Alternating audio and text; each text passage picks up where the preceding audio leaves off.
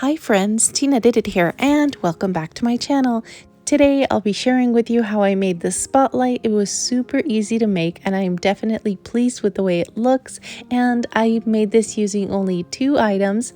So if you want to see how I made this, just keep on watching.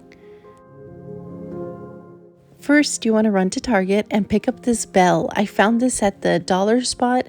It does cost $5, but the thing is, if we try to make this using Dollar Tree items, it'll probably cost more than that. So I went ahead and picked it up from there. Now what we're going to do is we're going to first off take that tag off, and I'm going to take that inside part. I don't know, I'm sure it has a name. But that metal piece inside, we're going to take that off. That was a little challenging, but what you're going to do is you're going to go in with pliers or your wire cutters and just play around with it until you get a nice big gap where you can just kind of twist it out. Now we're going to go ahead and spray paint this black.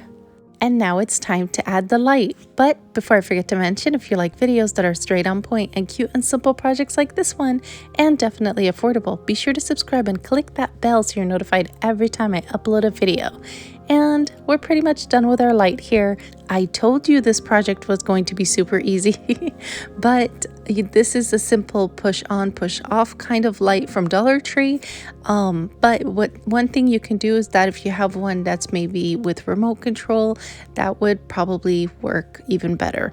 But here I just have it on top of one of my pictures. It's not where I'm going to place it, but I just wanted to show you how nice this looks, and I'll be making more of them and adding them to a different like display area that I have for my kids.